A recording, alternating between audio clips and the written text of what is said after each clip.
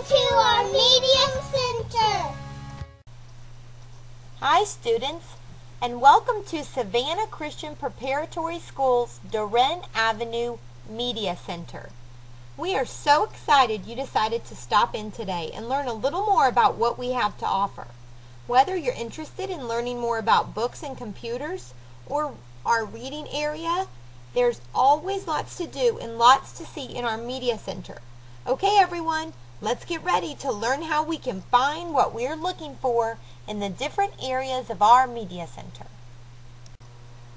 Within our Media Center, there are several areas that we will learn about today. Let's begin with one of our most abundant resources, books. Among the many books we have available, there are 5 main sections, each offering a different type of book. First, we will learn about our easy books.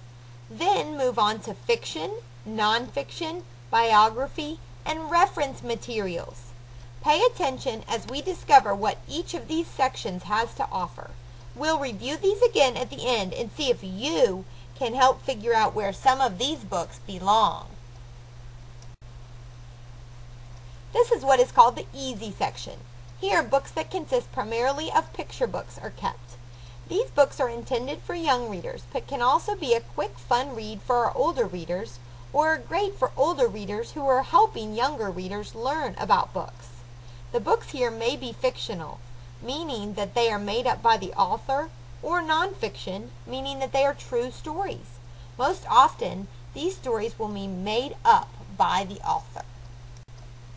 Books in the easy section are arranged alphabetically by the author's last name. So let's say you were looking for a biscuit book.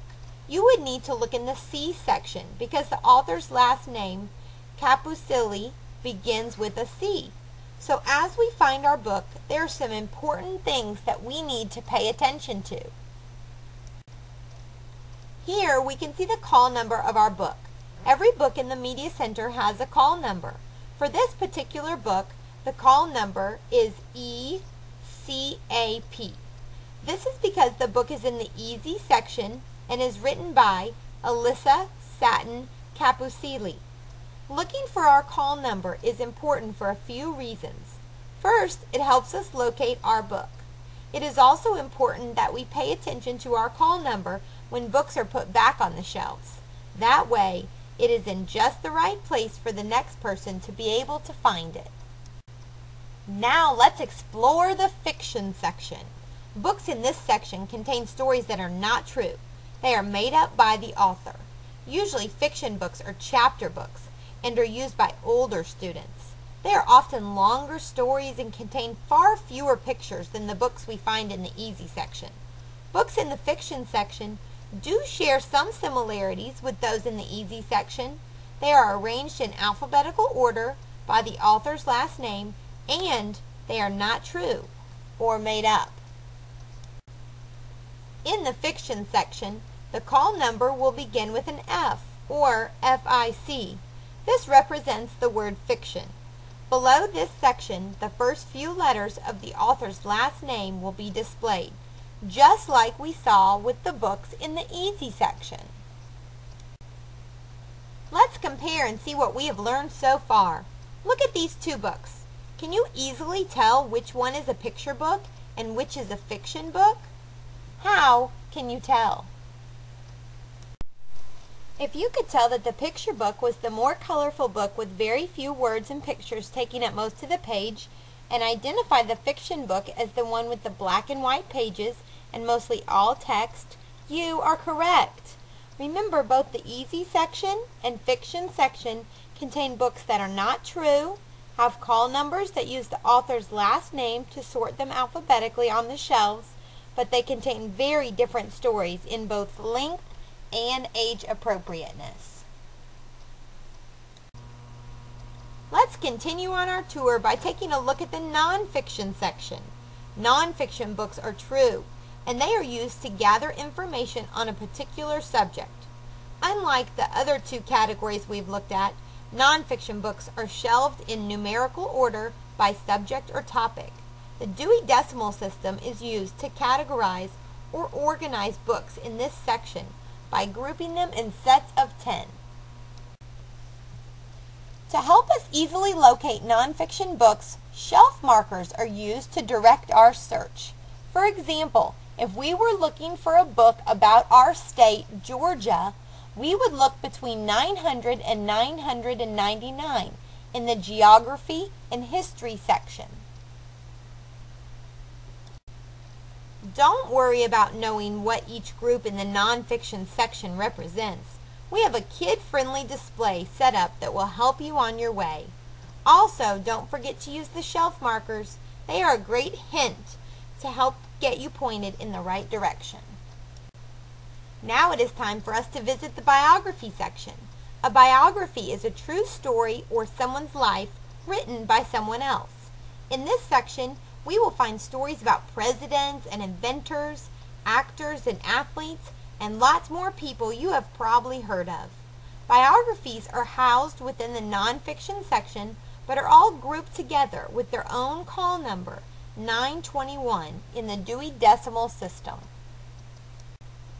Close to our nonfiction section, we come to our reference section.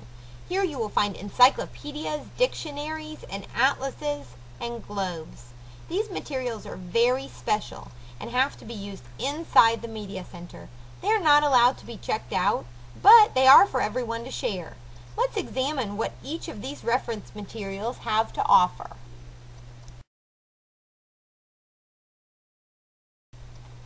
Encyclopedias are books that span many volumes and tell us true facts and information on various subjects. The call number on an encyclopedia, like any book within the reference section, is an R, or the letters REF.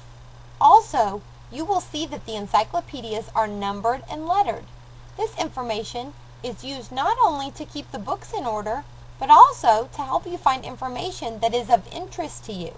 For example, if you're looking for information on dogs, you would look for the volume that had the letter D printed on the spine. Next in our reference collection, we come across our dictionaries. Dictionaries come in all shapes and sizes. There are student dictionaries, pocket dictionaries, and subject-specific dictionaries. No matter which type you pick up, they all have a few things in common. First, the words are arranged in alphabetical order. Also, the word you are looking up will usually be printed in bold with the definition to follow. In some dictionaries, pronunciation guides are used to help you figure out how to say the word correctly. We have several types of dictionaries in our Media Center. Atlases and globes are also available within our Media Center. These are useful in looking at different places around the world. An atlas contains a group of maps, often showing different angles or views of an area. A globe is a map that is round and spins. Spin the globe, place your finger on an area to stop the spinning, and see where you've landed. Now imagine you're taking a trip there. What do you see? You can learn lots about another state or country simply by knowing where it's located. That completes our reference section. Now let's review.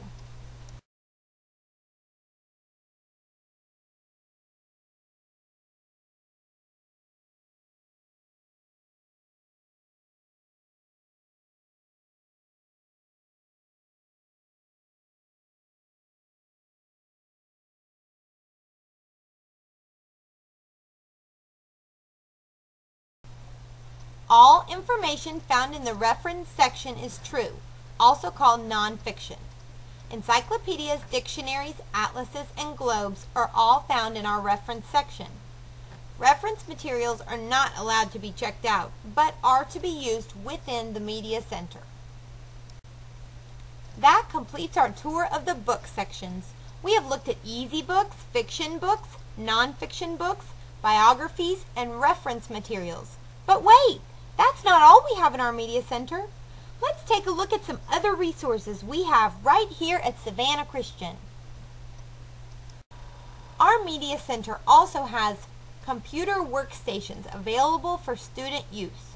Whether you're taking a reading counts test, looking up a book to check out, or creating a project for class, This area is always lots of fun for students. Once you have selected your book or completed your assignment, there are a few areas through the Media Center that you'll be able to use. Tables and the colorful rug are places that you can spend some free time reading. We also have a chess game in our reference center that you can use as well. Be sure to check that out too. Speaking of checking things out, we don't want to forget to visit the circulation desk to check out our book. To do this, you'll need to scan your ID card, scan your book, and then scan the barcode on the desk. Don't worry if you don't remember this order for the first few times. There are directions on the desk, and the media specialist or media assistant are always available to help you in these areas. Once you have finished reading your book, you will need to return it to the Media Center for it to be checked back in and placed back on the shelves for other students to find. To do this, you simply place your book in the book drop. We have now completed our tour of the Savannah Christian Preparatory School Duren Avenue Media Center. Let's see if you can use what we have just learned to help you answer a few questions. In which section would we find a book that is not true, also called fiction, that contains mostly pictures and very few words or text? If you said the easy section, you're correct. Let's try another one. What is the name of the special section located within the nonfiction or true section that contains stories of people's lives? If you said the biography section, you're correct. Finally, once you've found a book you would like to read, what must you do to take it out of the Media Center with you? If you said check it out, you're correct. We hope that you have enjoyed your visit to the Savannah Christian Preparatory School Duren Avenue Media Center. Please come back anytime.